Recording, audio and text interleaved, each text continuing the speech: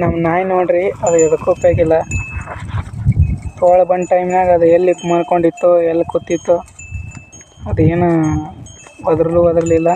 ನೋಡ್ರಿ ನಮ್ದೊಂದು ತೋಳ ಹಿಡ್ಕೊಂಡು ಹೋಗು ಎಷ್ಟು ಲಾಸ್ ಆಗಿಬಿಟ್ಟೈತೆ ನಮ್ಗೆ ಇವತ್ತು.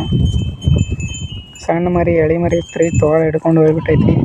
ಆ ಟೈಮ್ನಾಗ ನಮ್ಮ ನಾಯಿ ಬೊಗಳಿಲ್ಲ ಜಾಸ್ತಿ. ಅವಕ್ಕೇನು ಓಡಿಸ್ಲಿಲ್ಲ. ದೊಡ್ಡ ತೋಳ ಬಂದಿದ್ದೀವಿ ರೀ, ಹಿಡ್ಕೊಂಡು ಹೋಗ್ಬಿಟ್ಟವು. ಅದ್ರ ತಾಯಿ ಅಲ್ಲಿ ಐತೆ ನೋಡ್ರಿ.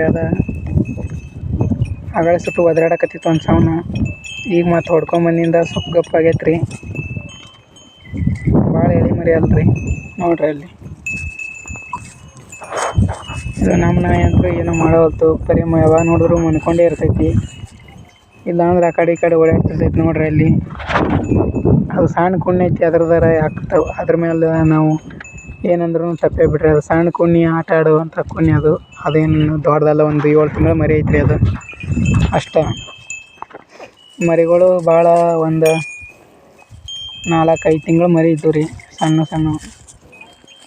4 ತಿಂಗಳ ಮರಿ ಹೋಯ್ತು ನೋಡ್ರಿ ನಮ್ಮದು. ಭಾಳ ಬೇಜಾರಾಗತೈತಿ ಇವತ್ತು.